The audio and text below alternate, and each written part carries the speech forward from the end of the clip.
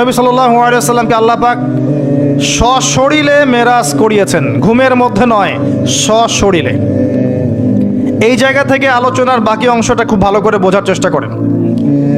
নবী সাল্লাল্লাহু আলাইহি ওয়াসাল্লাম এশা সালাতের পরে শুয়ে আছেন, কথা বন্ধ করেন, এশা সালাতের পরে শুয়ে আছেন, তন্দ্রা ভাব। কোথায় শুয়ে আছেন? কাবা ঘরের হাতিমে। কাবা ঘরের হাতিমে একজন ফেরেশতা আসলেন, তার নাম জিবরাইল আলাইহিস সালাম। নবীজিকে শুইয়ে দিলেন।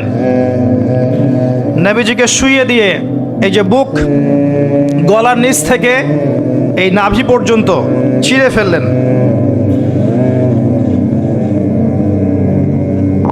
কলিজা এটা বের করা হলো, একটা পাত্র আনা হলো। এই পাত্রের মধ্যে ছিল ঈমান এবং প্রজ্ঞা। এগুলো কিন্তু কোনো গল্প নয়, এগুলো সবগুলো বাস্তব সত্য ঘটনা। এটা নবী সাল্লাল্লাহু আলাইহি ওয়াসাল্লামের জীবনে ঘটেছে। এগুলোর ব্যাখ্যা কি, এগুলো কি সায়েন্টিফিক কি না, এগুলোর পিছনে দর্শন কি, যুক্তি কি, এগুলো আমাদের আজকের আলোচনার বিষয় নয়। কারণ আমি অনেক দিন আলোচনা করেছি যে সায়েন্স আপনাকে সব কিছুর ব্যাখ্যা দিতে পারবে না। কোনো কিছু সায়েন্স দিয়ে প্রমাণ হলেই বিশ্বাস করব, না হলে করব না, এই চেতনার নাম শিরক। এটা আধুনিক যুগের শিক্ষা শিরক। এটা আধুনিক যুগের শিক্ষাক্ষেত্রে শিরক, যে সায়েন্স কিছু প্রমাণ করলে বিশ্বাস করব, না করলে করব না। এটাতে আমি বিশ্বাস করি না, আমাদের বিশ্বাস করা উচিত নয়। সায়েন্সকে জিজ্ঞাসা করবেন রুহ কাকে বলে, please give us the definition of রুহ। রুহের ডেফিনেশন দেন, রুহ কাকে বলে, কত প্রকার কি কি, আত্মা কাকে বলে, কত প্রকার কি কি। সায়েন্সের প্যান্ট খারাপ হয়ে যাবে। কথা কি বুঝতে পারছেন? রুহের ডেফিনেশন দিতে পারবে না। জিজ্ঞাসা করবেন স্বপ্ন কাকে বলে, মানুষের স্বপ্ন মাঝে মাঝে সত্য হয় কিভাবে, ব্যাখ্যা দিতে পারবে না। যদি বলেন মানুষ ঘুমায়, ঘুমের একটা পূর্ণাঙ্গ ব্যাখ্যা দেন, দিতে পারবে না। যদি বলেন যে কবরের আযাবের ব্যাখ্যা দেখ, পারবে না। জিন জাতির ব্যাখ্যা দেখ, পারবে না। মালায়েকার ব্যাখ্যা দেখ, পারবে না। তাদের দৌড় একটা জায়গা পর্যন্ত, সেটা হলো বিগ ব্যাং থেকে মহাবিশ্ব সৃষ্টি হয়েছে। সব কিছু কি ওখানে শেষ হবে? যে আগে কিছুই ছিল না, হঠাৎ বিস্ফোরণ হয়েছে, বাস পৃথিবী সৃষ্টি হয়ে গেছে। অনেক সিম্পল জিনিসের ব্যাখ্যাই সে দিতে পারেনি। তাহলে আমরা কেমন করে ধরে নিলাম যে সায়েন্স কিছু প্রমাণ করলেই সত্য, না করলে সত্য না? এটা কে বললো আপনাকে? এটা সবচেয়ে বড় শিক্ষাক্ষেত্রে শিরক হচ্ছে এখন। কারো যদি জ্ঞানতাত্ত্বিক এপিস্টিমোলজি ঠিক না থাকে, তার পুরো জ্ঞান চর্চায় শিরক হবে। তাই আমি এখানে এই আলোচনা করতে যাচ্ছি না যে এটা সায়েন্টিফিক ব্যাখ্যা ইত্যাদি। আমি জাস্ট ঘটনাটা বলছি, এর পিছনে শিক্ষাগুলো বলবো। বুক চিরে ফেলা হয় এবং কলিজাটা বের করে একটা পাত্র আনা হয় স্বর্ণের, এর মধ্যে ঈমান এবং প্রজ্ঞা ছিল। ঈমান এবং প্রজ্ঞা কি, এর আকার আকৃতি কেমন, আল্লাহ ভালো জানেন। সব কিছু সায়েন্টিফিক হবে না যে কঠিন তরল বায়বীয়। কঠিন তরল বায়বীয়ের বাইরেও অনেক কিছু আছে যেটা সায়েন্স জানে না। কথা কি বুঝতে পারছেন? অনেক কিছুই আছে, কঠিন তরল বায়বীয়ের বাইরেও অনেক কিছু আছে যেটা সায়েন্স ব্যাখ্যা করতে পারবে না। ঈমান এবং প্রজ্ঞার এই পাত্রে কলিজাটা ডুবানো হয়, ধুয়ে পরিষ্কার করে আবার আগের জায়গায় ফিট করে দেওয়া হয়। আনাস রাদিয়াল্লাহু আনহু, বিখ্যাত সাহাবী, প্রায় 10 থেকে 12 বছর নবী সাল্লাল্লাহু আলাইহি ওয়াসাল্লামের খেদমত করেছেন। তিনি বলেছেন, আমি আল্লাহ রসুলের বুকের মধ্যে এই যে বুক চিরে ফেলা, সিনা চাক, এই দাগটা আমি দেখেছি, বুকের মধ্যে দাগ ছিল। এরপর নবী সাল্লাল্লাহু আলাইহি ওয়াসাল্লামের সামনে একটা বাহনকে আনা হয়। এই বাহনের নাম হচ্ছে বোরাক। কি নাম? গাধার চেয়ে একটু বড়, খচ্চরের চেয়ে একটু ছোট, এর নাম হচ্ছে বোরাক। এই বোরাকে নবী সাল্লাল্লাহু আলাইহি ওয়াসাল্লামকে উঠতে বলা হয়। তিনি উঠতে গেলে বোরাক একটু পার্ট নিয়েছে, ভাব নিয়েছিল আর কি। ভাব নেওয়া বোঝেন? মাঝে মাঝে আমরা ভাব নেই না? কখনো মেয়েদের বিউটি কন্টেস্ট দেখেছেন? ফ্যাশন শো দেখেন নাই? টিভিতে অ্যাডভার্টাইজ দেখেন নাই? কে দেখে নাই? এটা তো সবাইকেই দেখতে হয়। কার চোখে পড়েনি? মনে হবে যে মানুষকে ভয় দেখাচ্ছে। এই যে ভাব, বোরাক একটা ভাব নিয়েছিল। তো জিবরাইল আলাইহিস সালাম বোরাককে বলছেন যে শুনো, তোমার পিঠে মুহাম্মদ সাল্লাল্লাহু আলাইহি ওয়াসাল্লামের চেয়ে উত্তম কোনো মানুষ এখনো বসে নাই। আর মুহাম্মদ সাল্লাল্লাহু আলাইহি ওয়াসাল্লামের চেয়ে প্রিয় এবং সম্মানিত মহান কোনো ব্যক্তি আল্লাহর কাছে নাই, অতএব তুমি এত পার্ট নিও না। তখন বোরাক ঘামতে শুরু করে। আমি যে কথাগুলো বলছি এগুলো সহিহ বুখারীর মধ্যে আছে, সহিহ মুসলিমের মধ্যেও আছে এবং অন্যান্য সিরাতের গ্রন্থগুলোর মধ্যে আছে। আমি এক জায়গায় করে কথাটা বলার চেষ্টা করছি। এরপর বোরাক ছুটতে শুরু করে। নবীজি বলছেন বোরাকের ছোটার গতিটা এমন ছিল যে আমরা আমাদের দৃষ্টি যতদূর পর্যন্ত যায় সে তার একটা পা অতদূর পর্যন্ত ফেলছে। এখনকার রকেটগুলোর গতি দেখেছেন? এই মহাবিশ্ব যত অভিযান, আমাদের ধারণা যে এই মেরাজের ঘটনাকে কেন্দ্র করেই হয়েছে। এই থিওরিগুলো ওরা পেত না। মহাবিশ্বের এই আকাশ ভেদ করে যাওয়া যায়, এই যে কনসেপ্টটা, এই কনসেপ্টটা কিন্তু নবী সাল্লাল্লাহু আলাইহি ওয়াসাল্লাম মেরাজের আগে কখনো হয়নি। একমাত্র ঘটনা পৃথিবীতে যে পৃথিবীর কোনো মানুষ 7 আকাশের উপরে গিয়েছেন, আল্লাহর সাথে কথা বলে এসেছেন। সুবহানাল্লাহ। এমনকি কোনো নবীর ক্ষেত্রেও এটা হয়নি, কোনো নবীর ক্ষেত্রেও নয়। এবার এই বোরাক চলে গেল বাইতুল মাকদাস। এটা কোথায়? বাইতুল মাকদিস, বাইতুল মাকদাস না, বাইতুল মাকদিস। বিভিন্ন মানুষ বিভিন্ন উচ্চারণ করে। এটা হচ্ছে প্যালেস্টাইন। কোথায়? নাম শোনেন নাই? আর প্যালেস্টাইন নিয়ে তো যথেষ্ট বলেছি এই বয়সে, আলহামদুলিল্লাহ। তবে মূল বিষয়টা এখনো বলা হয়নি, সেটা ইনশাল্লাহ আস্তে আস্তে আসবে। এতটুকু শুনেন, প্যালেস্টাইন হচ্ছে শেষ জামানার সবচেয়ে ইম্পর্ট্যান্ট জায়গা। সারা পৃথিবীর চেয়ে, সারা পৃথিবীতে যত জায়গা আছে এগুলো চাইতে সবচেয়ে ইম্পর্ট্যান্ট জায়গা হচ্ছে শেষ জামানায় প্যালেস্টাইন বা ফিলিস্তিন এবং জেরুজালেম। সারা পৃথিবীর সমস্ত কর্মকাণ্ড আখিরুজ্জামানে এই জেরুজালেমকে কেন্দ্র করে হবে। এই কারণেই জিউসরা সেখানে ঘাঁটি গেড়েছে। এটাই সেই জায়গা যেখানে ঈসা ইবনে মারিয়াম ইসলামী খেলাফত কায়েম করবেন অচিরেই ইনশাআল্লাহ। এটাই সেই জায়গা যেখানে মাসিহুদ দাজ্জালকে হত্যা করা হবে। আর দাজ্জালের চেয়ে বড় কোনো ফিতনা এই উম্মার জন্য নেই। কোন সূরা আপনাকে বাঁচাবে দাজ্জাল থেকে? সূরাতুল কাহফ। জীবনে একবারও পড়েছেন? হাত উঁচু করেন। অর্থসহ পড়েছেন? আলহামদুলিল্লাহ। 10টা আয়াত, প্রথম 10, শেষের 10 মুখস্থ করতে হবে। আল্লাহ পাক তৌফিক এনায়েত করুন। তিনি গেলেন বাইতুল মাকদিস। সেখানে গিয়ে দেখলেন মসজিদের মধ্যে একজন ব্যক্তি সালাত আদায় করছেন। দেহের গড়নটা একটু লম্বা এবং চুলগুলো কোকড়ানো, কানের লতি পর্যন্ত, রুগ্ন একটু। তাকে বলা হচ্ছে ইনি হচ্ছেন মুসা আলাইহিস সালাম, সালাত পড়ছেন। এখন কিভাবে সালাত পড়ছেন, জীবিত না মৃত নাকি বারজাখে, আমরা ব্যাখ্যা করতে পারবো না। যা তিনি দেখেছেন তাই বলেছেন, আমরা বিশ্বাস করেছি। সামিআনা ওয়া আতা'না। যেমনটা আবু বকর সিদ্দিককে বলা হয়েছে রাদিয়াল্লাহু আনহু, আপনি কি মেরাজের ঘটনা বিশ্বাস করেন? আপনি কি মেরাজের ঘটনা বিশ্বাস করেন? আল্লাহ রাসূল সাল্লাল্লাহু আলাইহি ওয়াসাল্লাম এক রাতের মধ্যে বাইতুল মাকদিস গিয়েছেন, সেখান থেকে আরশে আজিম, আবার ফিরে এসেছেন, অজুর পানি গড়িয়ে পড়ছে। আবু বকর সিদ্দিক তিনি বলছেন, এর চাইতেও বড় কথা তো আমি বিশ্বাস করি, সেটা হলো আসমান থেকে কোরআন তার উপর নাজিল হচ্ছে প্রতিনিয়তই। যে আল্লাহ তার উপর কোরআন নাজিল করতে পারেন, তাকে আসমানে নিয়েও যেতে পারেন, এটা অবিশ্বাস করার কি আছে? এরপর থেকে তার নাম হয় কি? সিদ্দিক। তো আমরা ওই দিকে যাওয়ার চেষ্টা করি। নবীজি বলেছেন, ব্যাস সত্য। এবং এখানে ঢোকার আগে একটা পাথরের মধ্যে এই বোরাকটাকে বেঁধে রাখা হয়। আরেকজন ব্যক্তিকে দেখেছেন যার গড়ন ফর্সা এবং লালচে, এই দুইটা কালারকে মিক্স করলে যেমন গায়ের রং হবে এমন, এবং চুলগুলো হচ্ছে অনেক সোজা, সিল্কি। সিল্কি শব্দটা আমি বুঝলাম, চুলগুলো অনেক সোজা, এটা আমার কথা। স্বচ্ছ ঝকঝকে চুল। তো গায়ের গড়নটা খুব বেশি লম্বাও না, খুব বেশি খাটোও না। নবীজিকে বলা হচ্ছে ইনি হচ্ছেন ঈসা ইবনে মারিয়াম। নবী সাল্লাল্লাহু আলাইহি ওয়াসাল্লাম আরেকজনকে দেখলেন যার গড়নটা হুবাহু নবী সাল্লাল্লাহু আলাইহি ওয়াসাল্লামের মতোই। এবার তাকে বলা হলো ইনি হচ্ছেন আদি পিতা ইব্রাহিম আলাইহিস সালাম। ইব্রাহিম আলাইহিস সালামের সাথে আমাদের নবী সাল্লাল্লাহু আলাইহি ওয়াসাল্লামের পুরো ফিজিক্যালিও মিল ছিল এবং জীবনের যে গতি এখানেও মিল ছিল। হয়তো বা এই কারণেই আমরা দরুদ ইব্রাহিমে অন্য নবীর নাম না নিয়ে ইব্রাহিম আলাইহিস সালামের নামটা নিচ্ছি। আল্লাহু আলাম, আল্লাহ ভালো জানেন। যখন নবীর নাম আসবে সবাই কমসে কম সাল্লাল্লাহু আলাইহি ওয়াসাল্লামটুকু বলবেন মনে মনে। এবার সেখানে নবী সাল্লাল্লাহু আলাইহি ওয়াসাল্লাম সমস্ত নবীদেরকে নিয়ে 2 রাকাত সালাত পড়লেন। তিনি ইমামতি করলেন। নবীদের ইমাম হচ্ছেন আমাদের নবী মুহাম্মদুর রাসূলুল্লাহ সাল্লাল্লাহু আলাইহি ওয়াসাল্লাম।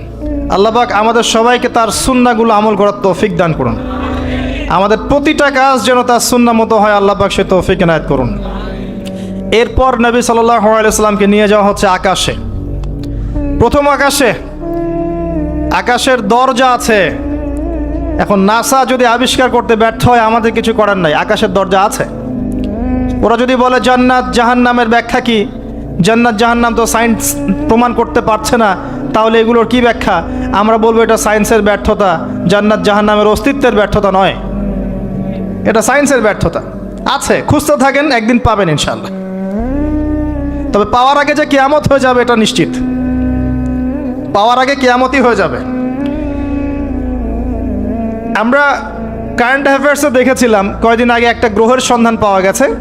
এই গ্রহটা ডায়মন্ড দিয়ে তৈরি, হীরার। এখন বিশ্ববাসী বিশ্বাস করছে হ্যাঁ হীরার গ্রহ আছে। কথা বুঝতে পারছেন? আল্লাহ পাক কোরআনে বলেছেন জান্নাতের মাটি হবে সোনার, আছে না, সোনার, মতির, জহরতের। তো যদি কখনো দেখবেন সায়েন্স বলে যে হ্যাঁ এমন একটা গ্রহ পাওয়া গেছে পৃথিবী থেকে কয়েক কোটি আলোকবর্ষ দূরে, গ্রহের নাম হচ্ছে JNAXYZ.000 অমুক, এদের নামগুলো এমন ভয়ঙ্কর হয় আর কি, তখন দেখবেন বিশ্বের মানুষ বিশ্বাস করছে। করবে না বিশ্বাস? নিশ্চিত বিশ্বাস করবে। আমাদের পুরো চিন্তাটাই এখন এমন, সায়েন্স বললে হ্যাঁ আমি হ্যাঁ, ও যদি বলে না আমি না। 20 সেকেন্ড হাত ধো, 20 সেকেন্ডই। মাস্ক না পরলে যাবে না, ভাইরাস যাবেই না, পড়তেই হবে। 3 ফিট দূরে দাঁড়াও, 4 ফিট দূরে দাঁড়াও, ও যা বলবে তাই। এটা শিরক। মসজিদের মধ্যে আমরা বানরের মতো নামাজ পড়ছি, জাস্ট লাইক ডঙ্কিস, 4 ফিট দূরে দূরে এক একজন। সুবহানাল্লাহ, মাঝখানে কি শয়তানের জন্য? বাকি সবখানে এক জায়গায় একত্রিত হওয়া যাচ্ছে। মসজিদে গেলে 1000টা রেস্ট্রিকশন, কি সমস্যা? সমস্যা কোথায়? চেহারা ঢেকে নামাজ হয় মসজিদে? বড় বড় ওলামায়ে কেরামদের কাছে ফতোয়া নেন। একটা বিশ্বাস, একটা ভয়, একটা আতঙ্ক। আর কিছু কিছু মিডিয়ার কাজ হচ্ছে মানুষকে আতঙ্কিত করা। আজকে কয়টা মরল, আজকে কয়টা আক্রান্ত হলো, আজকে কয়টা কি হলো। মানুষের সাইকোলজিক্যালি এমন, মানে মাইন্ডসেটটা তৈরি করা হচ্ছে এমন যে ভয়, আতঙ্ক। কেন ভাই, মরবেন না কখনো? সতর্ক থাকার নাম কি এরকম করা? সারা বিশ্বের মানুষকে ভয় দেখিয়ে আতঙ্কিত করে ফেলা হচ্ছে। আর ওইদিকে দেখেন যাদের যুদ্ধ করার যুদ্ধ করছে, যাদের যা কিছু করার তাই করছে। সারা ওয়ার্ল্ড অ্যাফেয়ার্স কি থেমে আছে? মানুষের দৃষ্টিভঙ্গিকে একদিকে ফোকাস করিয়ে দেয়। আমরা বলছি না যে ভাইরাসের অস্তিত্ব নাই, কিন্তু আল্লাহর চেয়ে বেশি ভয় তাকে করতে হবে কেন? বিগত 1 বছরে যতগুলা মানুষের সাথে আমি মোসাফা করেছি, এতদিন আমার কবরে থাকার কথা ছিল, যদি সায়েন্স সত্য হয়। কথা কি বুঝতে পারছেন না? এখন আপনি আমাকে ব্যাখ্যা দেন যে আমার কেন হয় নাই, ব্যাখ্যা দেন। কি ব্যাখ্যা দিবেন আপনি আমাকে? প্রতিটা দিন ইভেন এই মাহফিলের সিজনে প্রতিটা দিন মিনিমাম 100-200 মানুষের সাথে আমি মোসাফা করেছি, এবং সবাই এটা সাক্ষী। একটা দিন আমার জ্বর আসে নাই, এর কি ব্যাখ্যা দিবেন? সায়েন্স যদি এটাই বলে যে মোসাফা করলেই ভাইরাস হবে, মোসাফা করলেই ভাইরাস হবে, তাহলে আমার হইল না কেন? এর ব্যাখ্যা দেন। কোনো ব্যাখ্যা নাই। এরপরেও আল্লাহ বিশ্বাস করবে না, এরপরেও আল্লাহ বিশ্বাস করবে না। জামজাম কূপের পানির ব্যাখ্যা দেন, কিভাবে এত পানি চলছে, শেষ হচ্ছে না কেন? আমাদের চিন্তা ভাবনা চেঞ্জ করেন। ও যা বলবে তার 100% সত্যি হতে হবে এমন নয় বিষয়টা। এর উপরে আল্লাহ পাকের জ্ঞান আছে, আল্লাহর হুকুম চলে, আল্লাহর হুকুমই সব কিছু।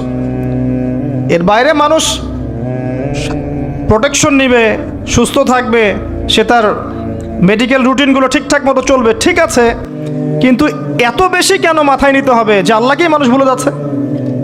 সব কিছুর ঊর্ধ্বে মনে হয় যে বস্তুবাদিতা, আল্লাহ অনেক পরের। আল্লাহ ব্যাপারটা কেন এমন কেন হলো? আমরা দিন দিন আমাদের সাইকোলজি এমন জায়গায় নিয়ে যাচ্ছি যে চিন্তা ক্ষেত্রে আমরা বুদ্ধিবৃত্তিকভাবে শিরক করছি। আল্লাহ পাক বোঝার তৌফিক দান করুন, আমিন। আসেন, কোন জায়গায় ছিলাম? প্রথম আকাশের দরজা আছে, নক করা হচ্ছে। আরেকটা কথা বলি, এই পুরো মহাবিশ্বে যতদূর পর্যন্ত আলোচনা হয়েছে এগুলো প্রথম আকাশের অন্তর্ভুক্ত, এরপরে দ্বিতীয় আকাশ। কথা কি বুঝতে পারছেন? এই সব কিছু প্রথম আকাশের মধ্যে, এত গ্যালাক্সিস, এত গ্রহ, এত নক্ষত্র সব কিছু। ওই দিক থেকে আওয়াজ আসছে যে কে আপনারা, কে? জিবরাইল আলাইহিস সালাম বলছেন আমি জিবরিল। ওই দিকের প্রহরী বলছেন আপনাকে কি পাঠানো হয়েছিল? জিবরিল আমিন বলছেন হ্যাঁ আমাকে পাঠানো হয়েছে। আপনার সাথে কে? আপনার সাথে, আমার সাথে মুহাম্মদুর রাসূলুল্লাহ সাল্লাল্লাহু আলাইহি ওয়াসাল্লাম। দরজা খুলে দেয়া হলো, প্রবেশ করা হলো।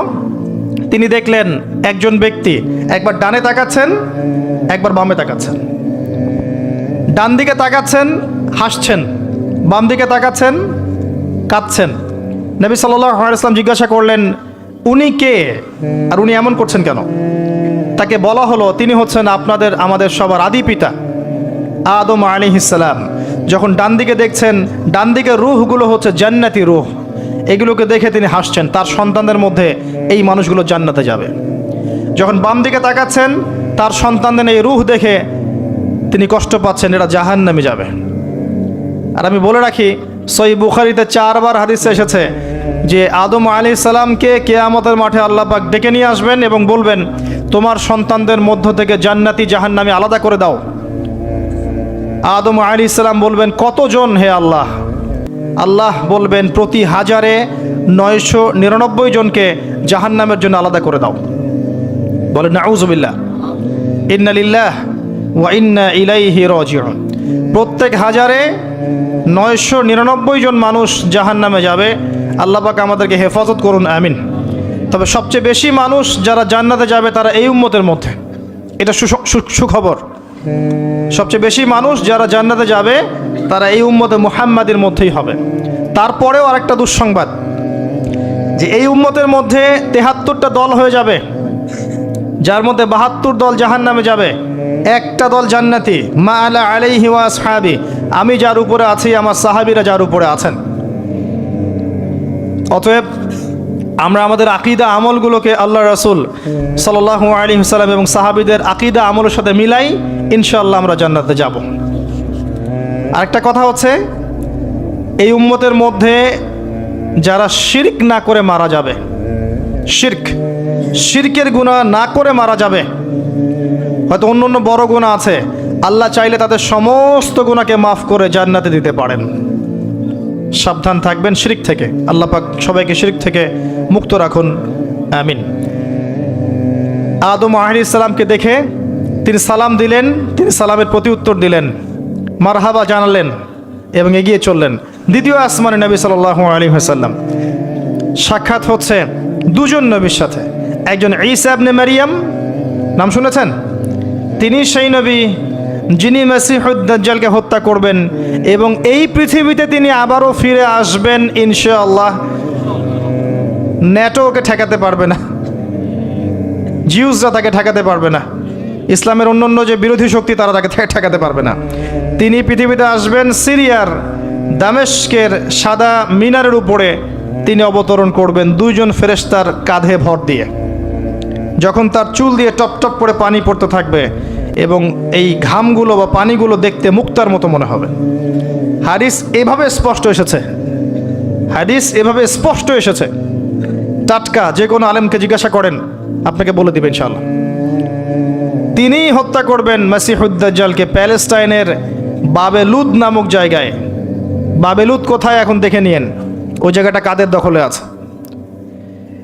তার সাথে আরেকজন নবীকে দেখলেন, নবী সাল্লাল্লাহু আলাইহি ওয়াসাল্লাম, তার নাম ইয়াহইয়া আলাইহিস সালাম, ঈসা ইবনে মারিয়ামের খালাতো ভাই, বা দুজনের মাঝখানে একটা সম্পর্ক আছে, আমি এই মুহূর্তে ভুলে গেছি, এরকমই কিছু একটা হবে।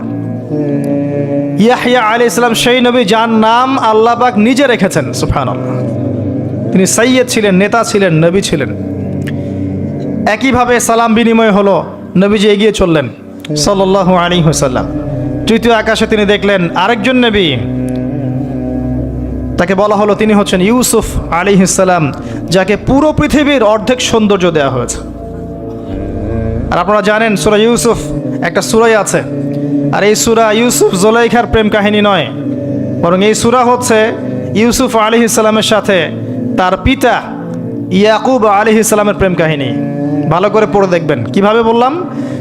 ছেলের শোকে কাতর হয়ে বাবা কাঁদতে কাঁদতে অন্ধ হয়ে গেছেন। আপনার গার্লফ্রেন্ড কি আপনার জন্য অন্ধ হয়েছে? যখন ইউসুফ আলাইহিস সালাম একটা রুমাল পাঠালেন, মনে আছে, তার বাবার চোখে দেওয়ার জন্যে, দূর থেকে যোজন যোজন দূর থেকে তার পিতা বলছেন, আমি ইউসুফের গন্ধ পাচ্ছি। বাবার ছেলের এমন প্রেম কাহিনী আপনি কোথাও পাবেন না। এটা সূরা ইউসুফ, পড়ে দেখেন। আর ইউসুফ আলাইহিস সালামের যে চরিত্র ছিল, তার চেহারার চেয়ে চরিত্র আরও বেশি সুন্দর ছিল। তাকে জেনার অফার করা হচ্ছে, তিনি বলছেন আল্লাহকে আমি ভয় করি। আর যুবকদেরকে আমরা বলতে চাই যে যদি আপনি জেনা থেকে দূরে থাকতে পারেন, যদি শুধু জেনা থেকে দূরে থাকতে পারেন, আল্লাহ পাক আপনার যে কোনো দোয়া কবুল করবে ইনশাআল্লাহ। নিশ্চিত মৌতের হাত থেকে আল্লাহ আপনাকে বাঁচাতে পারেন যদি আপনি জেনা ছাড়তে পারেন। জেনা মানে শুধু ফিজিক্যাল রিলেশন নয়, জেনা মানে রাতের বেলা জেগে কথা বলাও, অনলাইনে চ্যাটিং করাও, আপনার বান্ধবীর সাথে কফি খাওয়াও, সব কিছুই জেনার অন্তর্ভুক্ত। এগুলো ছাড়তে পারলে আল্লাহ পাক আপনার দোয়া কবুল করবেন। ওইভাবে যে 3জন ব্যক্তি গুহায় আটকা পড়েছিল, মনে আছে? গুহার মুখের মধ্যে একটা পাথর এসে গেল, সবাই বলছে আজকে আর বাঁচার বুদ্ধি নাই, নিজের আমল দিয়ে আল্লাহর কাছে বাঁচতে চাও। তার মধ্যে একজন বলছে, একজন তাকে পেতে চাইতাম, সে রাজি হয়ে গিয়েছিল 100 স্বর্ণ মুদ্রার বিনিময়ে। আমি বসেছি এই খারাপ কাজ করতে তার রানের মাঝখানে। সে ওই সময় বলেছে তুমি আল্লাহকে ভয় করো, আমি মুদ্রাও দিয়ে দিয়েছি, ওখান থেকে আমি জেনা না করে চলে আসছি। আল্লাহ এই কাজ যদি তোমার পছন্দ হয়ে থাকে, আজকে এই মৃত্যুর হাত থেকে আমাকে বাঁচাও। ওই পাথর সরে গেল। এটা দলিল দিলাম, জেনা ছাড়তে পারলে আপনার দোয়া, যে কোনো দোয়া আল্লাহ কবুল করবে ইনশাআল্লাহ।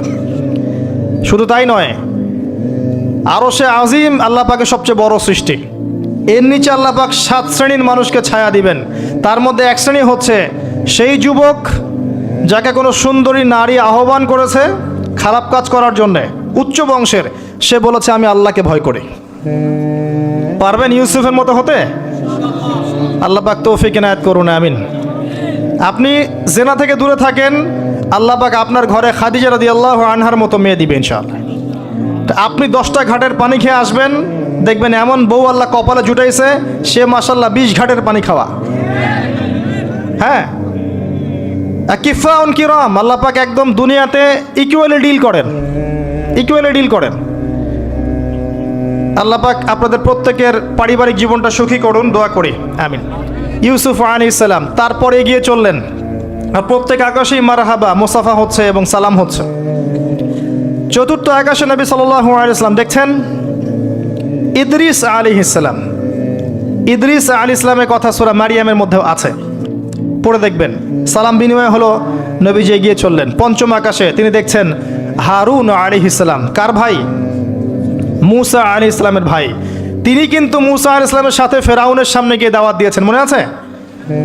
আরেকটা কথা বলি, কোরআনে দাড়ির দলিল আছে? দাড়ি বলবে নাই। কোরআনে কোথায় দাড়ির দলিল আছে বলেন তো দেখি, কে বলতে পারবেন? কঠিন প্রশ্ন। 500 টাকা পুরস্কার দেবো আমার পক্ষ থেকে, জান। যদিও 500 কোনো টাকাই না, টাকার মান দিন দিন কমছে। কোন সূরায় দাড়ির কথা আছে কে বলতে পারবেন? আলেম ওলামা বাদ, তারা তো পারবেন। আমরা সিভিলিয়ানদের জিজ্ঞাসা করছি, সাধারণ জনগণকে। কে পারবেন বলেন? কোন সূরায় দাড়ির কথা আছে? দাড়ি কোরআনে একটা জায়গায় দাড়ির কথা আছে, কে বলতে পারবেন? দেখছেন, আল কোরআনের আলো ঘরে ঘরে যা আলো, তাই না? স্লোগান দিয়ে কাজ হবে না ভাই, প্রত্যেক ঘরে ঘরে কোরআনওয়ালা মানুষ তৈরি করতে হবে, তারপরে আলো অটোমেটিক ঘরে ঘরে জ্বলবে ইনশাআল্লাহ। আচ্ছা যাক, আমার টাকা বেঁচে গেল। সূরা তহায় আছে। কোথায় আছে? সূরা তহার মধ্যে আছে, একটা জায়গায় দাড়ির কথা আছে, সেটা হচ্ছে হারুন আলাইহিস সালামের দাড়ি। কার দাড়ি? হারুন আলাইহিস সালামের দাড়ি। মূসা আলাইহিস সালাম ফেরাউন থেকে যে দলবল নিয়ে পার হওয়ার পরে, বনু ইসরায়েলকে নিয়ে পার হওয়ার পরে, আল্লাহ পাক তাকে 40 দিন দেখেছেন তুর পাহাড়, মনে আছে?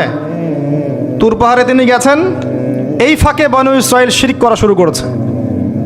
এই যে বাছুর পূজা শুরু করেছে, মনে আছে? পড়েন নাই কখনো?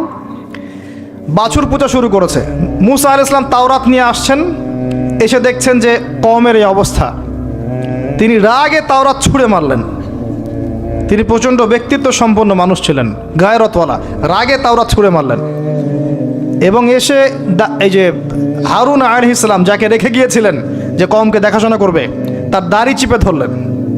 তুমি থাকতে এরা এই অবস্থায় গেল কিভাবে? এক হাতে দাড়ি, এক হাতে চুল চেপে ধর, তুমি থাকতে এই অবস্থা হইল কিভাবে? সূরা তহা পড়ে দেখেন। তখন হারুন আলাইহিস সালাম বলছেন যে হে আমার ভাই, আমার দাড়ি আর চুল ধরো না, এই একটা জায়গায় আছে। তার মানে দাড়ি পাওয়া যাচ্ছে কোরআনে। কিছু মানুষ তো এখন বলে কোরআন মানি, হাদিস মানি না, তাই না? ওই অজুহাত দিয়ে এখন দাড়ি রাখে না, বলে কোরআনে তো দাড়ির কথা নাই, রাখবো কেন? সুবহানাল্লাহ। আপনারাও কি এটা বিশ্বাস করেন যে আমরা শুধু কোরআন মানবো, হাদিস মানবো না? স্পষ্ট কুফরি, স্পষ্ট কুফরি। কোরআন এবং হাদিস একসাথে মিলেই শরিয়া। শুধু কোরআন মানি, হাদিস মানি না, এটা বলতে গিয়ে সে বোঝাচ্ছে সে আসলে কোরআনও মানে না।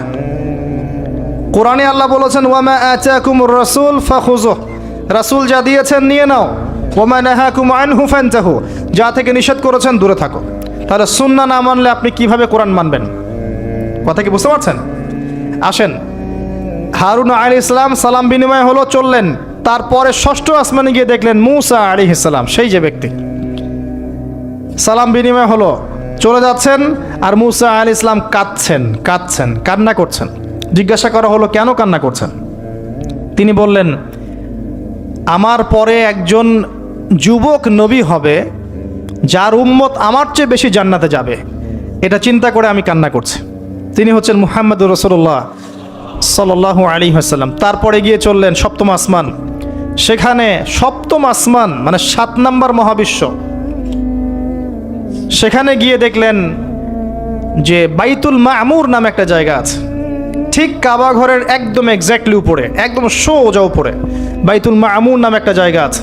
এটা হচ্ছে ফেরেশতাদের ইবাদতের জায়গা, তারা সেখানে তাওয়াফ করেন। প্রতিদিন 70,000 ফেরেশতা, প্রতি মুহূর্তে 70,000 ফেরেশতা এখানে তাওয়াফ করে। এবং যার একবার তাওয়াফের সুযোগ হয়েছে সে আর কখনো সুযোগ পাবে না, শেষ। আল্লাহ পাকের ফেরেশতাদের সংখ্যা চিন্তা করেন তাহলে এবার। সেখানকার দেয়ালে হেলান দিয়ে আছেন ইব্রাহিম আলাইহিস সালাম, তার চেহারা একদম মুহাম্মদ সাল্লাল্লাহু আলাইহি ওয়াসাল্লামের মতো। এবং অনেক ছোট ছোট বাচ্চা তার সামনে খেলা করছে। ওই যে বাচ্চা কোরবানির কথা মনে আছে? যেসব মুমিন মুসলিমদের ছোট ছোট বাচ্চা কাচ্চারা নাবালক অবস্থায় মারা যায় না, তাদের আত্মাগুলো সেখানে চলে যায়, তারা সেখানে খেলা করতে থাকে। যারা পিতা পায়নি, যখন পিতার কথা মনে হয় খেলতে খেলতে, তখন তারা ইব্রাহিম আলাইহিস সালামের কাছে দৌড় দেয়। মায়ের কথা মনে হলে তার স্ত্রীর কাছে দৌড় দেয়। আমাদের যাদের সন্তান 2-1জন মারা গেছে, এটা আমাদের পরকালে অ্যাসেট, পরকালের সম্পত্তি। কিয়ামতের মাঠে ওই ছেলে ওই মেয়ে আপনার হাত ধরবে, আঙ্গুল ধরে ফেলে বলবে আল্লাহ আমার বাবাকে মাফ করে দাও, না হলে আমি জান্নাতে যাব না। তাই বেশি বেশি বাচ্চা কাচ্চা নিতে হয় সামর্থ্য অনুযায়ী, আর সামর্থ্য আল্লাহ দিবেন। যখন আপনি 4-5টা এরকম করে বাচ্চা কাচ্চা নিবেন, 2-1টা বাচ্চা মারা যেতে পারে, এগুলো আপনার পরকালের সম্পত্তি। সন্তান সন্ততি ওখানে গিয়ে মারা গেলে আপনার অ্যাসেট। এরপরে আসেন যারা ইচ্ছা করে সন্তান হত্যা করছে, গর্ভের সন্তান যখন জানছে যে এটা মেয়ে, তখন তাকে ফেলে দিচ্ছে। আবার অবৈধ সন্তান যারা অ্যাবর্শন করে নষ্ট করছে, এই যে হত্যাগুলো, এই প্রাণগুলোকে আল্লাহ পাক কিয়ামতের মাঠে জীবন্ত করবেন এবং তাদেরকে দেখিয়ে ওই ব্যক্তিদেরকে চার্জ করা হবে যে কি অপরাধে তাকে হত্যা করা হয়েছিল। সতর্ক হয়ে যান। আল্লাহ পাক এটাও বলেছেন দারিদ্র্যের ভয়ে সন্তানকে হত্যা করো না, রিজিক আল্লাহ দিবেন ইনশাআল্লাহ। এই সমুদ্রের কোটি কোটি মাছকে আল্লাহ পাক খাওয়াতে পারলে আপনাকে আমাকেও খাওয়াতে পারবে ইনশাআল্লাহ, যদি না আমরা আমাদের রিজিকটা সংকুচিত করে ফেলি। মানুষের রিজিক কেড়ে খাচ্ছে সুদের মধ্য দিয়ে, মানুষের রিজিক কেড়ে খাচ্ছে সুদের মধ্য দিয়ে, অন্য কোনো বিষয় নাই, সুদ। রিবা। আসেন, সপ্তম আসমানে এই অবস্থা। এরপরে নবী সাল্লাল্লাহু আলাইহি ওয়াসাল্লামকে আরও সামনে নিয়ে যাওয়া হলো। এই জায়গার নাম সিদরাতুল মুনতাহা। কি নাম? সর্বশেষ জায়গা, যেখানে জিবরাইল আলাইহিস সালামও এর উপরে আর যেতে পারেন না। যদিও বা জিবরাইল আলাইহিস সালাম ফেরেশতাদের সর্দার, তিনিও যেতে পারেন না। তারপরে আরেকটা জগৎ আছে, ওই জগৎ থেকে আদেশ এই সিদরাতুল মুনতাহা পর্যন্ত আসে, এখান থেকে কালেক্ট করে নিচে নামানো হয়। আবার এখান থেকে কোনো আদেশ বা কোনো আদেশ না, এখান থেকে কোনো ফলাফল মুনতাহা পর্যন্ত নিয়ে যাওয়া হয়, সেখান থেকে উপরে তুলে নেওয়া হয়। ওটা একটা বর্ডার, কথা বুঝতে পারছেন? এটা একটা বর্ডার, নো ম্যানস ল্যান্ড। এই জায়গায় গিয়ে জিবরাইল আলাইহিস সালাম নিজের আকৃতিতে আসলেন। 600টা পাখা। কতগুলো পাখা? 600 পাখা। নবী সাল্লাল্লাহু আলাইহি ওয়াসাল্লাম একটু বিব্রত বোধ করছিলেন, তিনি আবার আগের রূপে ফিরে আসলেন। এই জায়গায় বাহন চেঞ্জ করা হলো। এখানে নবী সাল্লাল্লাহু আলাইহি ওয়াসাল্লাম বলেছেন, আমি সিদরাতুল মুনতাহায় এমন কিছু রং দেখেছি, এত অপরূপ সৌন্দর্য দেখেছি, যেটা কোনো মানুষের পক্ষে ভাষায় প্রকাশ করা সম্ভব না। এটা শেষ সীমানা, এবং এটা একটা বড়াই গাছের মতো দেখতে। সরি, বড়ই গাছ, বড়াই গাছ না, আসলে বড়ই গাছের, কুল গাছের মতো দেখতে। এরপর আরেকটা বাহন আনা হলো, এটা বাহন চেঞ্জ করা হলো। এবার তিনি আরও ঊর্ধ্বে উঠে যাচ্ছেন, উঠছেন উঠছেন উঠছেন। একটা পর্যায়ে ওই জগতে যে ফেরেশতারা আছেন, যারা আল্লাহ পাকের আদেশ লিখছেন, ওই আদেশগুলো লিখার যে কলমের খসখস শব্দ, এটা নবীজি শুনতে পারলেন। সুবহানাল্লাহ। নূরের পর্দার কাছাকাছি তাকে নিয়ে যাওয়া হলো, একদম আল্লাহ পাকের কাছাকাছি, আরশে আজিমের কাছাকাছি। এখানে আল্লাহ রাব্বুল আলামিন সরাসরি তার সাথে কথা বললেন, যা ওহী করার তা করলেন, এবং স্পেশালি 3টা গিফট বা হাদিয়া দিলেন। কয়টা? 1 নাম্বার 50 ওয়াক্ত নামাজ। কত ওয়াক্ত? 2 নাম্বার সূরা বাকারার শেষের 3 আয়াত, সূরা বাকারার শেষের 3 আয়াত। আর 3 নাম্বার হচ্ছে একটা ঘোষণা, হে নবী মুহাম্মদ সাল্লাল্লাহু আলাইহি ওয়াসাল্লাম, তোমার উম্মতের কোনো ব্যক্তি যদি আমার সাথে শিরক না করে মারা যায়, আমি তাকে জান্নাতে দিয়ে দিব ইনশাআল্লাহ। আজকে এই মেরাজুন নবী নিয়ে অনেক আলোচনা হবে, কিন্তু আলোচনা হওয়ার পরে আমরা যদি এই নামাজের পাবন্দ না হতে পারি, সূরা বাকারার শিক্ষা নিতে না পারি, বা শেষের আয়াত মুখস্থ করতে না পারি, শিরক ছাড়তে না পারি, আদতে আলোচনার কোনো ফায়দা নাই। কথা বুঝতে পারছেন? এখানকার 3টা মৌলিক হাদিয়া তিনি নিয়ে আসছেন। এবার নিচে নামছেন, ওই যে 6ষ্ঠ আসমানে অপেক্ষা করছেন কে? মুসা আলাইহিস সালাম। কোথায় যাচ্ছেন? এই কি হলো আল্লাহর সাথে কথাবার্তা? এই হয়েছে। কি দিয়েছে আপনাকে? 50 ওয়াক্ত নামাজ। বলেন কি 50 ওয়াক্ত নামাজ? আমার উম্মতে 2 ওয়াক্ত নামাজ ছিল, পড়তে পারে নাই। পারবেন আপনার উম্মত, আপনি ফিরে যান, নামাজ কমিয়ে নিয়ে আসেন। লজ্জাবোধ করলেন নবী সাল্লাল্লাহু আলাইহি ওয়াসাল্লাম, তাও ফিরে গেলেন। 50 থেকে 45, 45 থেকে 40, 40 থেকে 35, করতে করতে করতে করতে 5। এবারও মুসা আলাইহিস সালাম বলছেন, ফিরে যান, পারবেন আপনার উম্মত। মুসা আলাইহিস সালাম কত দূরদর্শী ছিলেন দেখেন, পারে উম্মত? ম্যাক্সিমামই তো পারে না, কথা ঠিক আছে না? ম্যাক্সিমাম উম্মতই কিন্তু পারছে না 5 ওয়াক্ত নামাজ পড়তে। তো মুসা আলাইহিস সালামের দূরদর্শিতা ঠিকই ছিল, পারবেন আপনার উম্মত। তিনি লজ্জাবোধ করলেন। আল্লাহ পাক বললেন, তোমার উম্মতের জন্য 5 ওয়াক্তই ফিক্স করলাম, কিন্তু যদি 5 ওয়াক্ত তারা ঠিকঠাক মতো আদায় করে, 50-এর নেকি দিয়ে দিব ইনশাআল্লাহ। এবং আরেকটা ঘোষণা দিলেন, সেটা হচ্ছে যে তোমার উম্মতের যে কোনো ভালো কাজকে 10 দিয়ে গুণ করে দেয়া হবে। একটা নেকির কাজ করবেন, 10 গুণ বৃদ্ধি করা হবে, কিন্তু একটা গুনাহ করলে 10 দিয়ে গুণ করা হবে না, একই থেকে যাবে। এবং আপনার উম্মতের কোনো ব্যক্তি যদি কবিরা গুনাহ ছেড়ে দেয়, কবিরা গুনাহ তো বোঝেন, বড় বড় গুনাহ ছেড়ে দেয়, তার সমস্ত সগীরা গুনাহ মাফ করে দেওয়া হবে। আর কি চাই? এবার নবী সাল্লাল্লাহু আলাইহি ওয়াসাল্লাম ফিরে আসছেন। এবার শোনেন আমাদের শিক্ষা। ফিরে আসছেন, আসার আগে তাকে জান্নাত জাহান্নাম দেখানো হয়েছে। নবী সাল্লাল্লাহু আলাইহি ওয়াসাল্লাম যে বিষয়গুলো দেখেছেন, এর মধ্যে যেগুলো হাদিসে এসেছে, আমি খুব সংক্ষিপ্ত আকারে বলছি, এবং এখান থেকে আমাদের শিক্ষা নেবেন। মনে রাখবেন, এখন যেগুলো বলছে এগুলো এই উম্মতের জন্য খাস, আমাদের উম্মতে মুহাম্মাদের জন্য খাস। তিনি আসছেন, বারজাখের জগতে হোক আর জাহান্নামের শাস্তি হোক। একজন ফেরেশতাকে দেখলেন, তার মুখে হাসি নাই। কি নাই? জিবরাইল আলাইহিস সালামের সাথে কথোপকথন হচ্ছে, তিনি নবীজিকে সালাম দিলেন, সালামের উত্তর দেওয়া হলো, কিন্তু মুখে হাসি নাই। বাকি সবাই তার সাথে হাসি মুখে সাক্ষাৎ করেছেন, এই ফেরেশতা বাদ দিয়ে। তিনি জিজ্ঞাসা করছেন জিবরিল আলাইহিস সালাম, তার মুখে হাসি নাই কেন? তাকে বলা হলো, এই ফেরেশতার নাম হচ্ছে মালিক। কি নাম? সূরা যুখরুফের মধ্যে আছে, তার নাম হচ্ছে মালিক। আল্লাহ পাক তাকে জাহান্নামের প্রহরী বানিয়েছেন, জাহান্নামের চিফ অফ কমান্ড মালিক। যখন থেকে আল্লাহ পাক তাকে এই দায়িত্ব দিয়েছেন, তার মুখের হাসি উঠে গেছে। আল্লাহর কাছে পারমিশন চাওয়া হচ্ছে, জাহান্নাম দেখতে চাই। আল্লাহ পাক দেখার পারমিশন দিলেন। নবী সাল্লাল্লাহু আলাইহি ওয়াসাল্লাম দেখে বললেন, সেখানকার বেশিরভাগ অধিবাসী হচ্ছে নারী জাতি, এবং তিনি বললেন জাহান্নামে যাবে উদ্ধত এবং অহংকারীরা। জান্নাত দেখতে চাই, দেখানো হলো। জান্নাতের ডিটেলস বর্ণনা নবীজি দিলেন ফিরে এসে। এমনকি উমর রাদিয়াল্লাহু আনহুর একটা রুম, একটা কক্ষ, একটা গোরফাও দেখে এসেছেন। ঢুকতে চেয়েছেন, ঢোকেন নাই। পরে বলেছেন, ওমর, আমি তোমার ব্যক্তিত্বের কথা চিন্তা করে সেখানে ঢুকিনি, দেখেছি জান্নাতে তোমার ঘর আছে। একটা আওয়াজ শুনেছেন, মিষ্টি কণ্ঠস্বর। কিসের কণ্ঠস্বর? মিষ্টি কণ্ঠস্বর। তাকে বলা হচ্ছে, এই কণ্ঠস্বর হচ্ছে বেলাল রাদিয়াল্লাহু আনহুর আজানের কণ্ঠস্বর। খরম, খরম জুতা আছে না, খরম, এর খটখট আওয়াজ শুনেছেন। নবীজি জিজ্ঞাসা করছেন, কার? বলা হচ্ছে এটা বেলাল রাদিয়াল্লাহু আনহুর। বেলাল রাদিয়াল্লাহু আনহুকে বলা হলো, আপনি কি এমন আমল করেন? হে বেলাল, তুমি কি এমন আমল করো যার কারণে এই মর্তবা হচ্ছে? যখনই জান্নাতে যাই আমাকে দেখানো হয়, দেখি তুমি, তোমার পায়ের পদধ্বনি সামনে সামনে আছে। তখন বললেন, ইয়া রাসূলুল্লাহ, আমি তো আসলে এক্সট্রাঅর্ডিনারি কোনো আমল করি না, কিন্তু আপনারা যা করেন তাই করি।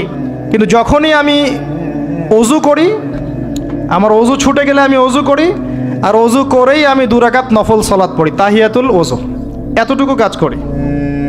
নবীজি বলেন, এটাই সেই কাজ যার কারণে তোমাকে জান্নাতের এই মর্তবা দেওয়া হয়েছে।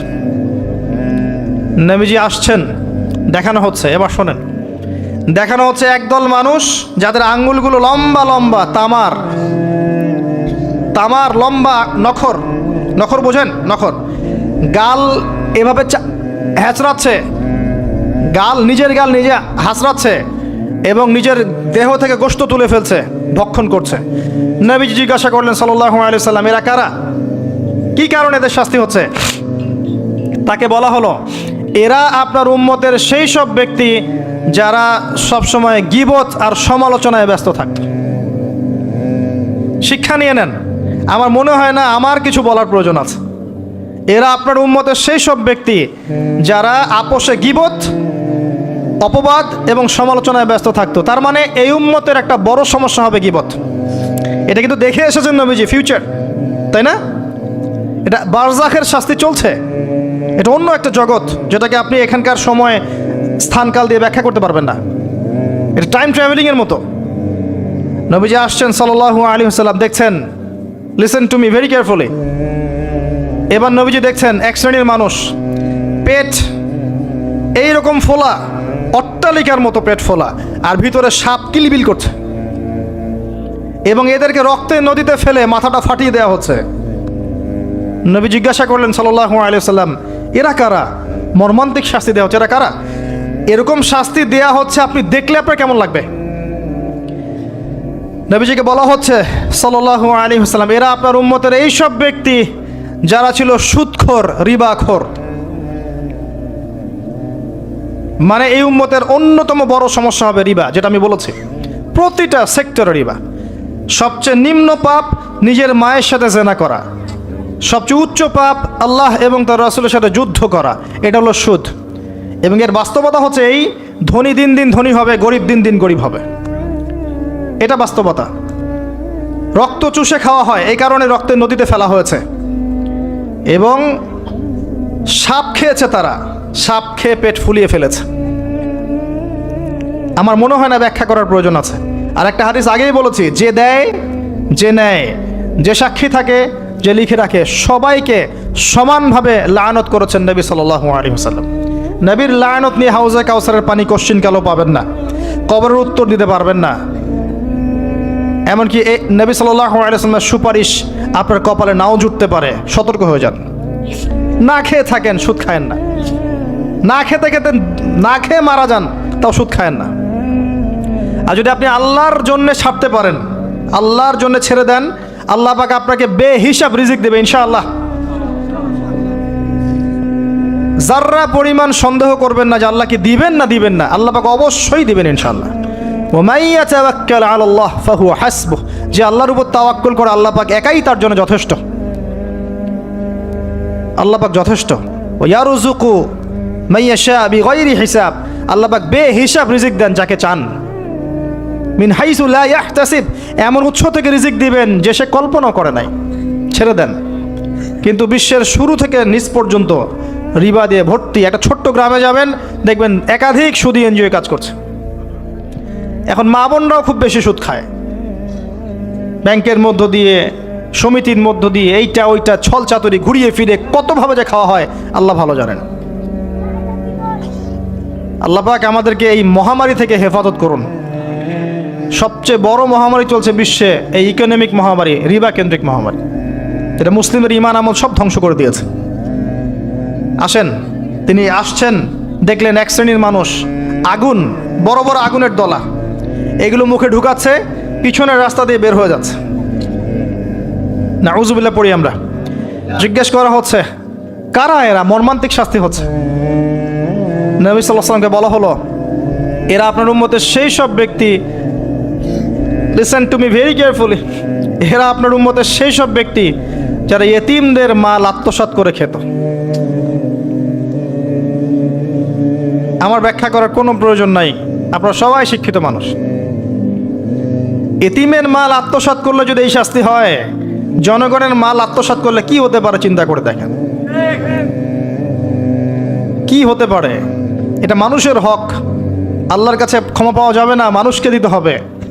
আরও এগিয়ে আসলেন, তিনি দেখছেন, এবার বলতে গিয়ে আমার বুক কাঁপছে।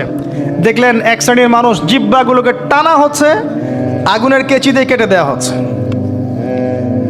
আবার জিহ্বা জোড়া লাগছে, আবার কেটে দেওয়া হচ্ছে, চলতে আছে অনবরত, কন্টিনিউয়াসলি। আল্লাহর কাছে কায়মনো বাক্যে দোয়া করি, এ সময় দোয়া কবুল হয়। আল্লাহ পাক যেন দোয়া আমাদের কবুল করেন। আল্লাহ পাক যেন আমাকে এবং আপনাদেরকে এদের অন্তর্ভুক্ত না করেন। জিজ্ঞেস করা হলো এরা কারা? নবী সাল্লাল্লাহু আলাইহি ওয়াসাল্লামকে বলা হচ্ছে এরা আপনার উম্মতের সেই সব ব্যক্তি যারা ছিল বক্তা, ওয়াইজ, যারা অনেক বক্তব্য করত, নিজে আমল করত না। আর এই মহামারী আমাদের মধ্যে ছড়িয়ে পড়েছে, কোনো সন্দেহ নাই। যদি না পড়তো তাহলে আমাদের কথায় মানুষের জীবন পরিবর্তিত হতো।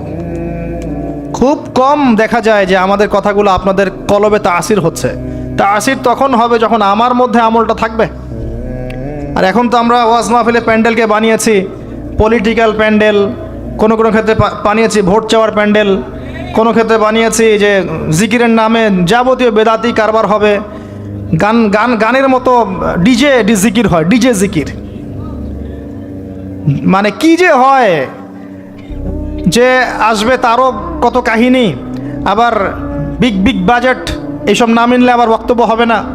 তারপর দেখা যাবে 1 ঘন্টা কথার মধ্যে গাল গল্প কেচ্চা কাহিনী 50 মিনিট, আর বাকি 10 মিনিট একে অপরের সমালোচনা, কি শেষ, ওয়াজ মাহফিল মাশাআল্লাহ শেষ। খুব কম ওয়াজ মাহফিল আছে জনগণকে বলবেন কি শিখলেন আজকে ওয়াজে, বলবে হ্যাঁ সুন্দর সুর করে কিছু কথা বলেছে, কি শিখেছে, আমার কি বললাম ঠিক বুঝতে পারলাম না। Out of content, out of topic, কোনো কনস্ট্রাকটিভ কথাবার্তা নাই। তো এছাড়াও জানা অনুযায়ী আমল না থাকলে এই অবস্থা হবে। আল্লাহ পাক আমাদেরকে হেফাজত করুন, আল্লাহ পাক আমাকে এবং আপনাদের সবাইকে হেফাজত করুন, আমিন। আরও এগিয়ে আসলেন, দেখা গেল এক শ্রেণীর মানুষ, যুবকরা খুব ভালো করে শোনেন এবং বিবাহিতরাও শোনেন, সামনে রাখা আছে ভালো গোশত, বাম দিকে রাখা আছে পচা গোশত, গন্ধ বের হচ্ছে। তারা এই পচা গোশত তুলে তুলে খাচ্ছে, গোগ্রাসে খাচ্ছে, ভালো গোশতের দিকে ভ্রুক্ষেপও করছে না। অবাক হয়ে নবী সাল্লাল্লাহু আলাইহি ওয়াসাল্লাম জিজ্ঞাসা করছেন এরা কারা? তাকে বলা হচ্ছে এরা আপনার উম্মতের সেই সব ব্যক্তি যাদের ঘরে পবিত্র স্বামী ছিল বাইরে অন্য পরপুরুষের সাথে প্রেম করেছে, যাদের ঘরে পবিত্র স্ত্রী ছিল বাইরে পরকীয়া করেছে। আর এখন যত মিডিয়া আছে দেখবেন, সিরিয়াল, মুভিজ, হাবি জাবি, এরা পরকীয়া শিখায়,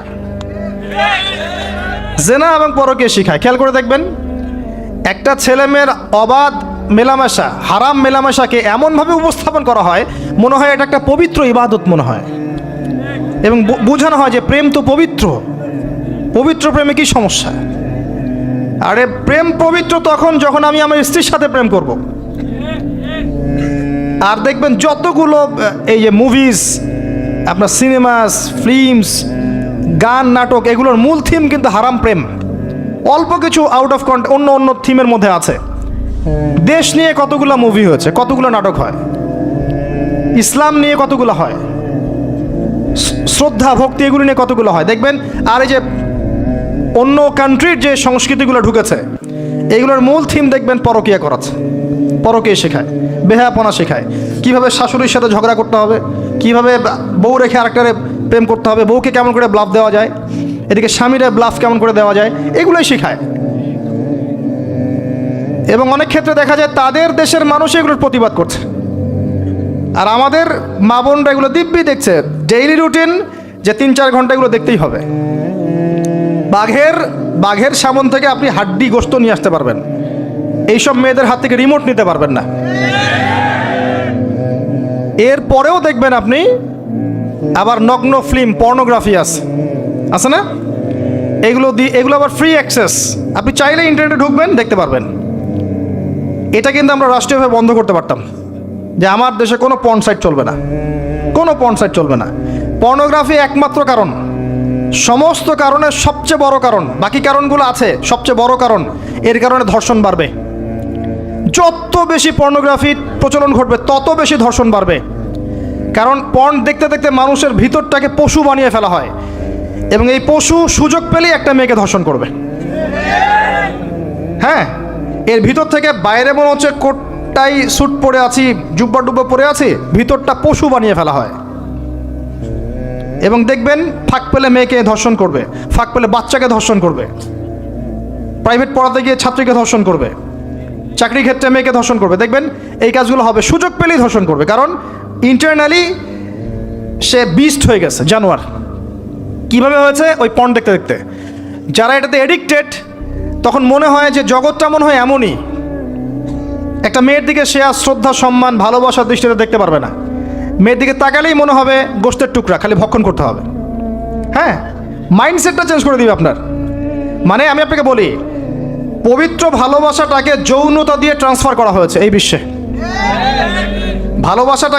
ভালোবাসা একটা ডিভাইন জিনিস, আল্লাহর পক্ষ থেকে আসে, ডিভাইন একটা জিনিস, অলৌকিক। মানে যখনই আপনি দেখবেন কাবিন হবে এবং আপনি কালিমা পড়ানো হচ্ছে, আপনি বলছেন কবুল, ইমিডিয়েটলি আপনি ফিল করবেন অপরিচিত একটা মেয়ে, আপনি যাকে দেখেন নাই, বাবা মা বিয়ে ঠিক করেছে, আল্লাহর পক্ষ থেকে ডিভাইন একটা ভালোবাসা চলে আসবে, মায়া, একটা মহব্বত, রহমত।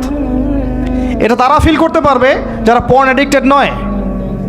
যারা পর্ন অ্যাডিক্টেড দেখবেন ওই স্ত্রীকে তার ভালো লাগবে না, তার মনে হবে এর চেয়ে ওই মেয়েটা সুন্দর, তার চেয়ে ওই মেয়েটা সুন্দর, তার চেয়ে ওই মেয়েটা সুন্দর, কারণ তার মাথাটা এরকম বিক্ষিপ্ত, পাশবিক।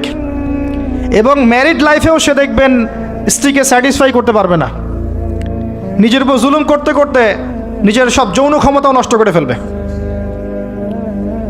আর একাধিক বিয়ে তো অনেক দূরের কথা, একটাই তার কাছে অনেক ভারী মনে হবে। পরে এসব ট্রিটমেন্ট করে কোনো লাভ হবে না। আল্লাহর দেওয়া সম্পদ নষ্ট করলে ট্রিটমেন্ট দিয়ে আসলে কোনো কাজ হয় না। তো আমি যেটা বলতে চাচ্ছিলাম, এই পর্নোগ্রাফি দিয়েই ধর্ষণ বাড়ছে। এটাকে বন্ধ না করতে পারলে আপনি পারবেন না। এর উপরেও আছে আবার ফাঁকফোকর, আইনের ফাঁকফোকর। ধর্ষক সবার বিচার হবে, এটা মেনে নিয়ে দুষ্কর। এখন অনেকেই বেরিয়ে যায়, অনেকেই ফাঁকফোকর পেয়ে যায়। তো সব মিলিয়ে এতে করে সামাজিক কাঠামো নষ্ট হচ্ছে। এর উপর ফ্রি মিক্সিং আছে, অবাধ মেলামেশা আছে, আমরা উস্কাচ্ছি এগুলোকে, কাছে আসার গল্প। আস্তে আস্তে দেখবেন কাঠামোটা আরও কলাপস করে যাবে দিন দিন। এর ফলে কি হবে আমি বলে দেই, শোনেন, আমার উপর রাগ করে না। দিন দিন কি হবে আমি এটাও বলে দিচ্ছি। যত ডে যাবে দেখবেন এর চেয়ে বেশি সমকামিতা বাড়বে। এগুলোর ফলাফল, খিজির আলাইহিস সালামের মতো চোখ দিয়ে দেখেন। এরগুলোর ফলাফল পরে আসবে এমন একটা সময় যে মেয়েদেরকে ধর্ষণ এর সাথে সমকামিতা, কারণ মানুষ মেয়েদের উপর থেকে দেখবেন আগ্রহ কমে যাবে এবং সমকামিতা যে বাড়বে, হাদিসে এসেছে যে এই উম্মতের উপর আমি ভয় করি এই উম্মতের মধ্যে সমকামিতা ছড়িয়ে পড়বে। আল্লাহর রাসূল বলেছেন আরও বাড়বে চাইল্ড অ্যাবিউজিং, বাচ্চাদেরকে রেপ করা হবে বেশি বেশি বিকজ অফ এই পর্নোগ্রাফি। যতদিন যাবে দেখবেন যারা মেয়ে সন্তানের বাবা খুবই সতর্ক, সাবধান। আর কোলে আপনি মেয়েকে তুলে দিচ্ছেন, 5 বছর 4 বছর 3 বছর এইসব মেয়েদেরকে ধর্ষণ করা হচ্ছে। সমাজটা কোন জায়গায় চলে গেছে চিন্তা করছেন? এগুলোর মূল কারণ, একদম গাছের উপরের কারণ হচ্ছে পর্নোগ্রাফি। এই মূল কারণ কিন্তু বেপরদামি নয়, আমি বুঝাতে পারছি না মনে হয়। এর মূল কারণ কিন্তু বেপরদামি নয়, পর্নোগ্রাফি। কারণ পর্নোগ্রাফি অ্যাক্সেসের কারণে মানুষের ভিতরটা পশু হয়ে গেছে। এই পশুত্ব মেটানোর জন্যে সে কোনো ওয়ে খুঁজে না পেলে তখন রেপ করবে, বাচ্চাকে পেলে বাচ্চাকেও ধর্ষণ করবে, হামলে পড়বে মেয়েদের উপরে, ভিতর থেকে পশু বানিয়ে দেওয়া হয়েছে। এরপরেও আছে বিয়ের রাস্তা কঠিন করে ফেলা। বিয়ে তো করতে দিচ্ছেন না, কঠিন। বিয়ে করলে অনেক সমস্যা, জেনা করতে কোনো সমস্যা নাই। 1000 টাকা 2000 টাকা 5000 টাকা দিয়ে মানুষ জেনা করছে, এবং আপনাদের শহরের ব্যাপার আপনারাই ভালো জানেন, আমাকে বলার দরকার নাই। যখন এই জিনিসগুলো বাড়বে আপনাদের কমিউনিটির মধ্যে, আল্লাহর আযাব গজব বেশি আসবে। আল্লাহর আযাব গজব এমনভাবে আসবে আপনি কল্পনা করতে পারবেন না। গোশত খাচ্ছে, পচা গোশত। আর একটা বলি, ঠিক এরপরে নবী সাল্লাল্লাহু আলাইহি ওয়াসাল্লাম দেখলেন একটা চুলা দেখলেন। চুলার নিচের দিকটা হচ্ছে প্রশস্ত, মাথাটা সংকীর্ণ, এরকম মানে তন্দুর রুটি ভাজে দেখেছেন? রুটি যে ভিতরে দেয় একটা এরকম গোল চুলা থাকে, সামথিং লাইক দ্যাট।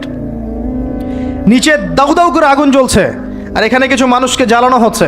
যখন নিচ থেকে আগুন এরকম করে আসছে, তখন এরা আগুনের তাপে উতলে উঠছে, আগুন নিচে নেমে যাচ্ছে, এরা আবার আস্তে আস্তে নিচে নেমে যাচ্ছে। এভাবেই হাদিসে ব্যাখ্যা করা আছে। নবী সাল্লাল্লাহু আলাইহি ওয়াসাল্লাম জিজ্ঞাসা করলেন এরা কারা? বলা হলো এরা আপনার উম্মতের সেই সব ব্যক্তি যারা জেনায় লিপ্ত ছিল।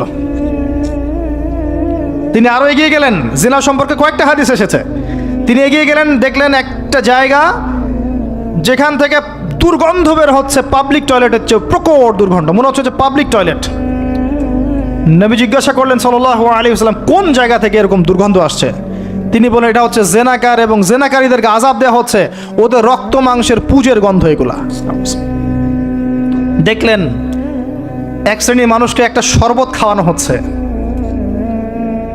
শরবত জাহান্নামীদের রক্ত মাংস পুজের নির্মিত। তার নাম হচ্ছে তিনাতে খাবাল। কি নাম? তিনাতে খাবাল। কাদেরকে খাওয়ানো হচ্ছে? যারা এই উম্মতের মাদক সেবন করতে, এদেরকে খাওয়ানো হচ্ছে। আমি আপনাকে একটু পিছনে নিয়ে যাই। আলোচনা শুরু করেছিলাম যেখান থেকে, ওই যে মৌলিক সমস্যাগুলো যেটা বলেছিলাম এই উম্মতের মধ্যে এখনও আছে, এটাই সেই পাপগুলোর শাস্তি যেটা কিয়ামত পর্যন্ত উম্মতের মধ্যে থাকবে। মাদক, পর্নোগ্রাফি, এই যে আপনার বিহায়াপনা, জেনা, সুদ, এগুলো এখনকার মৌলিক সমস্যা। এগুলোই হবে এই উম্মার বড় বড় সমস্যা, যার কারণে উম্মতের বেশিরভাগ মানুষকে ওখানে আযাব দেওয়া হচ্ছে। আল্লাহ পাক আমাদেরকে হেফাজত করুন। এরপর এভাবে তিনি আরও কিছু শাস্তি দেখেছেন। দেখে আসার পথে জাহান্নামের যে বর্ণনা দিয়েছেন, যে বেশিরভাগ মানুষ সেখানে হচ্ছে জাহান্নামে নারী জাতি। কি কারণে তারা বেশিরভাগ জাহান্নামে যাবে? লানত করার কারণে, অভিশাপ দেওয়ার কারণে, স্বামীর অকৃতজ্ঞ হওয়ার কারণে। সারা জীবন স্বামী করে যাবে, একদিন ঝগড়া লাগলে বলবে সারা জীবন তোমার কাছে কোনো ভালো ব্যবহার পেলাম না। আরেকটা হচ্ছে এমন কিছু তাদের সাথে হবে, লিসেন টু মি, এমন কিছু তাদের সাথে হবে এই উম্মতের ক্ষেত্রে, যার কারণে মেয়েরা ওদের সতীত্ব, তাদের পর্দা, ঈমান, আমল ধরে রাখতে পারবে না। আপনাকে এখন খুঁজতে হবে সেটা কি, যে এই উম্মতের মেয়েদের ক্ষেত্রে স্পেশালি হয়েছে, যার ফলে মেয়েরা আর ঘরে থাকতে পারে নাই, পর্দায় থাকতে পারে নাই, সতীত্ব রক্ষা করতে পারে নাই, নামাজ কালাম ঈমান আকীদার আর ঠিক ঠিকানা নাই। কি সেটা, যেটা আজকে থেকে 100 200 500 বছর আগে হয়তো বা ছিল না? সেটার নাম হচ্ছে ফ্যামিনিস্ট রেভলিউশন। এই সম্পর্কে পড়েন ভালো করে। এই কারণেই মেয়েদেরকে আপনি ঘরে রাখতে পারবেন না। আপনাকে বলে রাখি, দাজ্জালের শেষ ফলোয়ার, দাজ্জালের লাস্ট ফলোয়ার হবে এক শ্রেণীর নারী, যাদেরকে আপনি ঘরে রাখতে পারবেন না। নবী যেটাও বলেছেন এই উম্মতের বহু নারী জাহান্নামের ঘ্রাণও পাবে না, জান্নাতের ঘ্রাণও পাবে না। যদিও জান্নাতের ঘ্রাণ বহু দূর থেকে পাওয়া যায়।